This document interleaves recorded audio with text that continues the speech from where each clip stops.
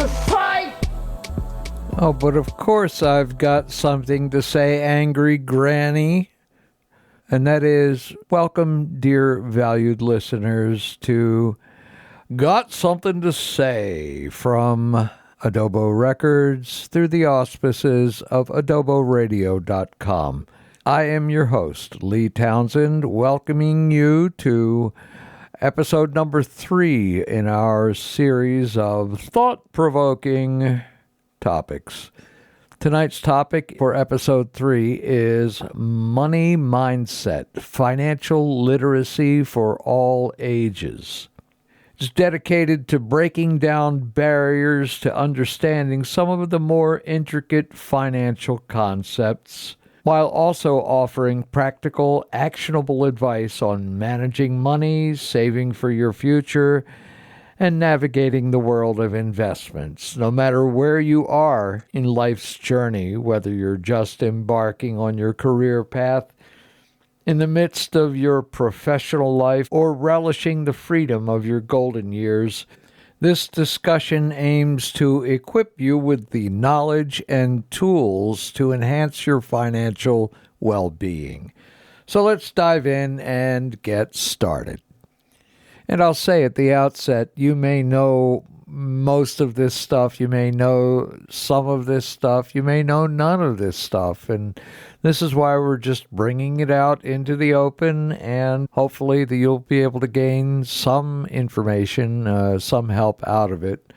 A lot of the big parts of it is going to be what we'll conclude with, and that is the discipline to maintain your financial backbone. First off, we're going to tackle the often intimidating topic of financial concepts.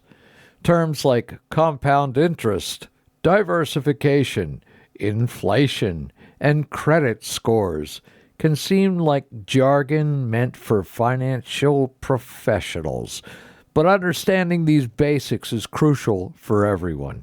We'll break down compound interest to show you how your money can grow over time, explain diversification as a strategy to spread risk, discuss how inflation impacts your savings, and demystify what affects your credit score. By the end of this segment, these concepts won't be just words. They'll be tools in your financial toolkit. Next, we'll move on to practical advice for managing money. This isn't just about budgeting, although that's a start.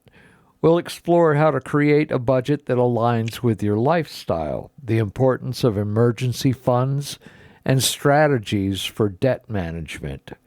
We'll also touch on the psychology of spending, helping you to understand and perhaps reshape your relationship with money for a more secure financial future.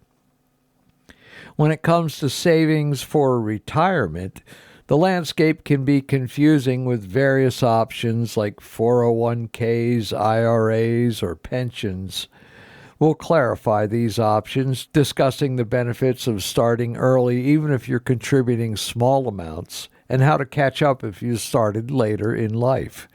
Understanding how much you might need in retirement and planning accordingly, including considering healthcare costs, will be key points of discussion.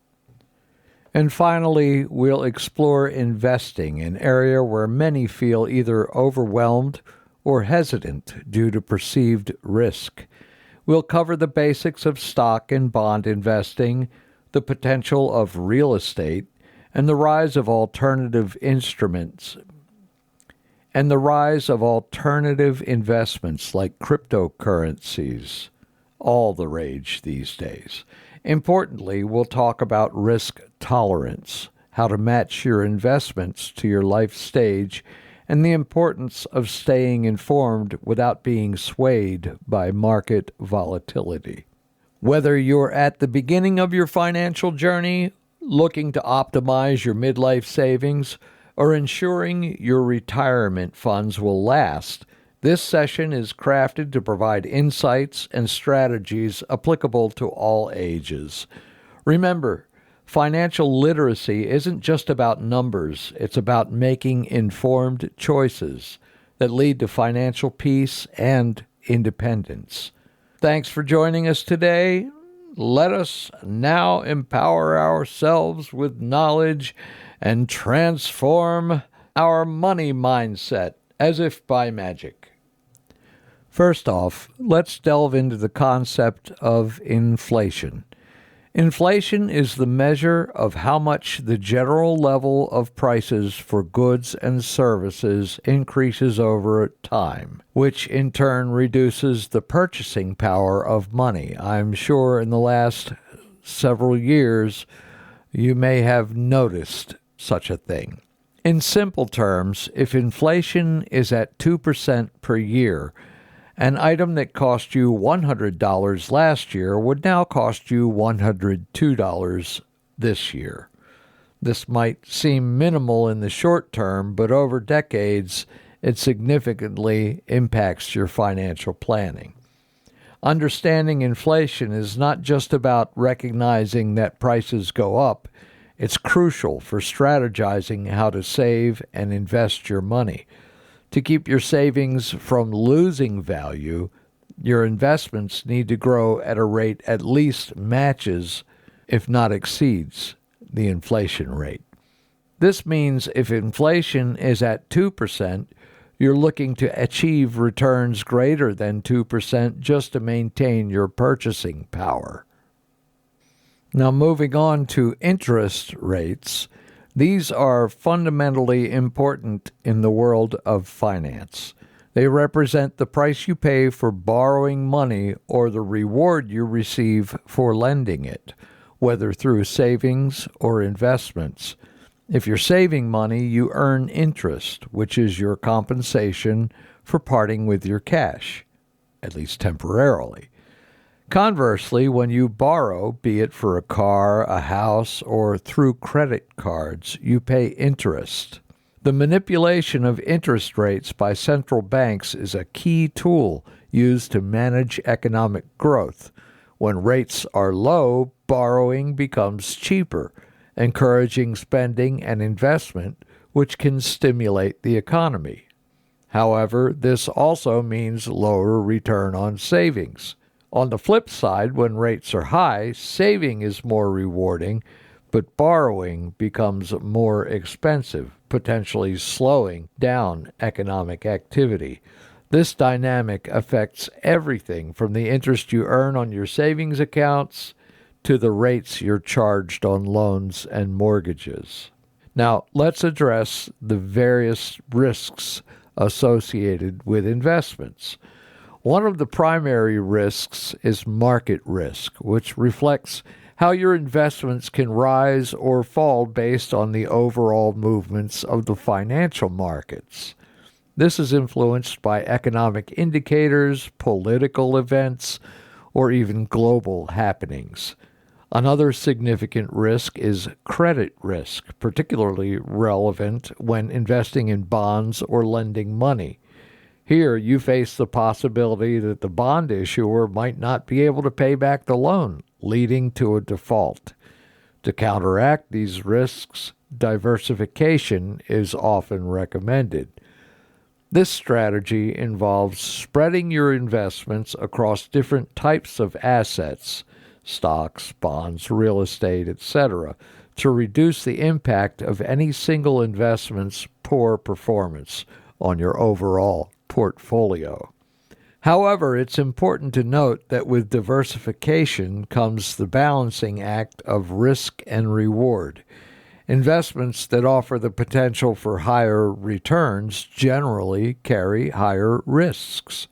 Therefore, understanding your risk tolerance, how much volatility you can stomach, is key to aligning your investment strategy with your financial objectives, whether that's savings for retirement, buying a home, or simply growing your wealth over time.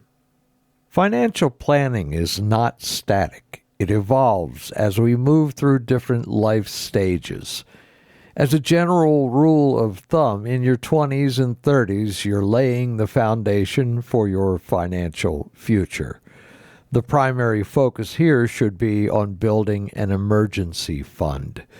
This fund acts as a safety net for unexpected expenses like job loss or urgent repairs, with a goal of covering 3 to 6 months of living expenses. This period is also ideal for initiating retirement savings. Even small contributions can grow significantly over time due to compound interest, where the interest you earns interest on itself.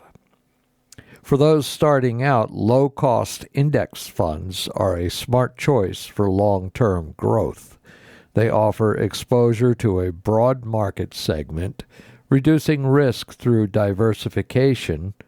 They themselves are individually diversified. You're buying into a fund, while keeping costs low, which can significantly impact your savings over decades. As you transition into your 40s and 50s, your financial strategy should adapt to your changing circumstances. This is often when you're at your peak earning potential, making it a critical time to ramp up retirement savings. Maximizing contributions to retirement accounts such as 401ks or individual retirement accounts, IRAs, can benefit from higher earnings and tax advantages.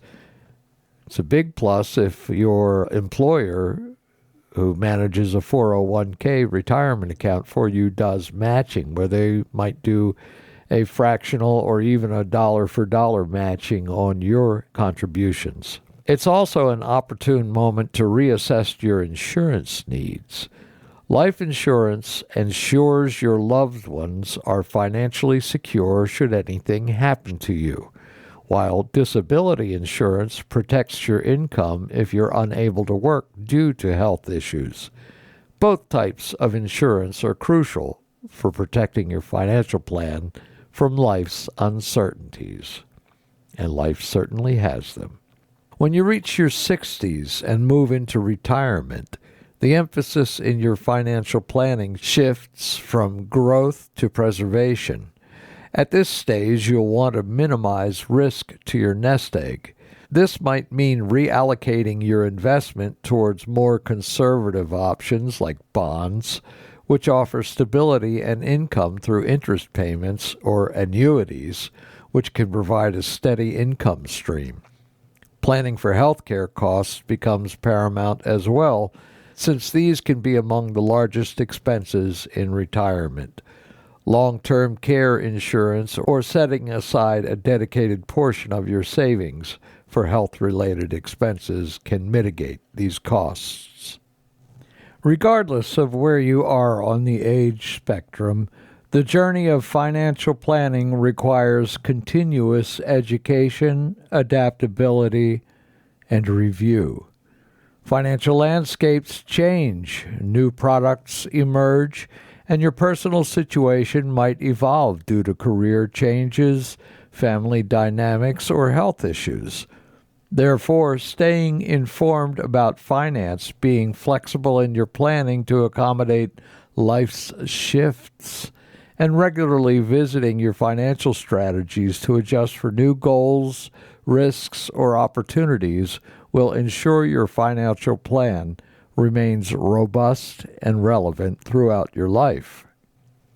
Understanding the psychological underpinnings of our financial behaviors is pivotal in reshaping our relationship with money for the better. A common human tendency is the instant gratification bias, where the allure of immediate pleasure from spending trumps the delayed reward of saving. This can lead to impulsive buying and short-term satisfaction over long-term financial stability. To combat this natural inclination, one effective strategy is to introduce a waiting period before making non-essential purchases. For instance, if you see something you want, give yourself 24 to 48 hours before deciding to buy. This pause allows for the initial excitement to wane, giving you a clearer, more rational perspective on whether the purchase truly aligns with your financial goals or if it's just a fleeting desire. It's again part of the personal discipline concept. The pain of paying is another psychological concept where the method of payment influences our spending behavior. When we pay with cash, the physical act of handing over money makes the cost feel more real and immediate, often leading to more cautious spending. In contrast, using credit cards can numb this sensation, making it easier to spend beyond your means because the pain is deferred to a future bill. If you find yourself accumulating credit card debt, switching to cash or debit transactions can help. The direct impact of seeing money leave your wallet or account can reinforce a more mindful approach to spending, reminding you of the real value of money. Saving should be viewed not as a form of restriction, but as a pathway to achieving personal goals. Whether you're saving for a dream vacation, buying a home, or ensuring a comfortable retirement, setting clear, specific goals can significantly enhance your motivation to save. One engaging method to visualize this journey is the savings ladder.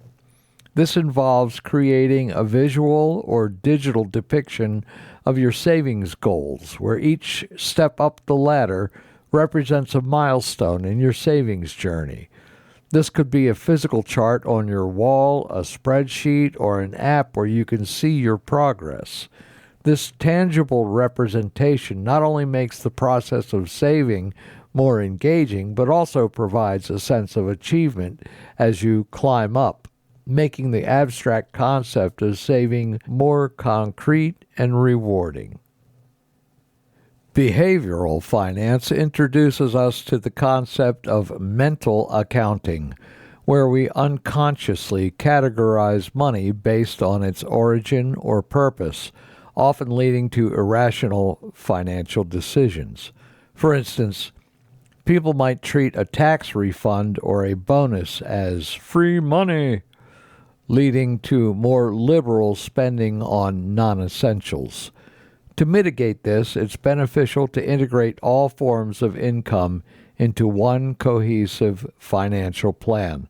Treat every dollar the same, regardless of where it comes from, by allocating it according to your overall financial strategy. This holistic approach ensures that all money is used to meet your financial goals, rather than being squandered due to psychological biases. Emotional spending is another area where psychology plays a significant role. We often use shopping as a way to cope with emotions like stress, sadness, or even to celebrate happiness, which can lead to unnecessary purchases and financial strain. Recognizing these triggers is the first step to changing behavior. Instead of turning to shopping, find or develop healthier outlets like exercise, hobbies, or social activities.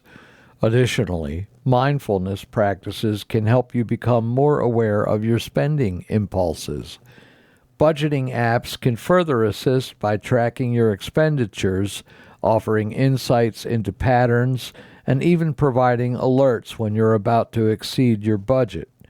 This combination of awareness and technology can be powerful in curbing emotional spending and fostering a more thoughtful approach to money management. As we draw our discussion to a close, it's crucial to remember that financial literacy is not a destination, but a continuous journey. Grasping concepts like inflation, interest rates, and the various risks associated with investing equips you with the knowledge to make well-informed decisions that can affect your financial well-being. Tailoring your financial plan to match your current life stage, whether you're just starting out in your prime earning years or approaching retirement is vital. It ensures that your strategies are relevant and effective, guiding you steadily towards financial security. Moreover, delving into the psychology of money provides insights into your own spending and saving behaviors, allowing you to navigate your financial life with greater control and intentionality. Financial health extends beyond mere numbers on a balance sheet. It's deeply intertwined with your mindset towards money. Empowering yourself with knowledge is the first step to financial autonomy. This involves not only understanding financial concepts, but also applying them with discipline. Discipline, discipline. Discipline in sticking to budgets, in saving regularly, and making informed investment choices. Additionally, there's no shame in acknowledging when the complexities of financial planning are beyond your current expertise. Seeking advice from financial experts can provide clarity, prevent costly mistakes, and offer personalized strategies that align with your unique financial situation and goals. And from a personal note, I cannot help but add into here that I wrote a book a couple of years ago, and it's available on Kindle. You can read it on Kindle, purchase it. Available through Amazon Books. It's called But I Can't Afford to Save. And it's the common war cry of people who are kind of floundering financially. And it's written from personal experience. And in it, I just give a little bit of my own personal history and show what kind of discipline is involved with setting a plan, working a plan. And the first and foremost, the first tenet in there is an age-old wisdom piece called pay yourself first. That means put savings aside first. That's your first step toward building financial wealth. People usually end up undisciplined manner spending money when they have it on non-essential things, and then barely having enough or not even quite having enough to cover their bills. If you pay yourself first, you're starting to build a little bit of a buffer against any kind of shortfalls or problems you might have, but you also have a tendency to, once you pay your bills, you run out of money for the non-essential things, basically. The one key ingredient that makes it work is having a discipline. Track every penny that goes in, every penny that goes out, and then not only track it, but analyze it and figure out what you can do without. You can either make more or spend less, or ideally both. This way you're running your machine the most optimum way possible and ensuring the fact that you can start building savings again. Now, I've followed that plan. I give a plan on how to track your spending and your income and all of that in the book. It's called But I Can't Afford to Save by R. Lee Townsend. Look it up, listen to it if you care, and try to employ some of the concepts with it. They're simple concepts. Sometimes it just needs to be restated. And I'll be the first to confess that I fell away from it for a couple of years, and I lost that discipline and found myself again kind of inundated by credit card debt. Well, I've made a financial plan, and I've gone back to my original plan, and I'm starting to work it now, and I have a plan to be debt-free by the end of this year. And so far, so good. Of course, we're only a week into the year, but so far, so good. Anyhow, thank you for being with me today as we navigated through the essentials of financial literacy. Remember, the journey doesn't end here. Financial education should be a lifelong pursuit. Keep learning about new financial products, economic trends, and personal finance strategies. Continue to plan your financial future, adapting as your life evolves, as it will, and as new opportunities or challenges arise, as they will. Above all, maintain a sharp money mindset, one that is curious, proactive, and reflective. This mindset will serve you well in making decisions that not only secure your financial future, but also enhance your quality of life. Until next time, on another segment of this journey, keep your learning cap on, your plans in motion, and your financial health in check. This ends episode 3 of Got Something to Say. I'm your host, Lee Townsend. Thanks, valued listeners, again for being with us today. Today's show was brought to you through the auspices of Adobo Records, through its outlet, adoboradio.com, and by our friends at T-Shirt Fun. That's T-E-E shirt.fun for the funnest shirts on the interweb. Next week's episode 4 is going to be navigating relationships in the modern world. Until then, be well, my friends, and thanks again for tuning in. Bye-bye.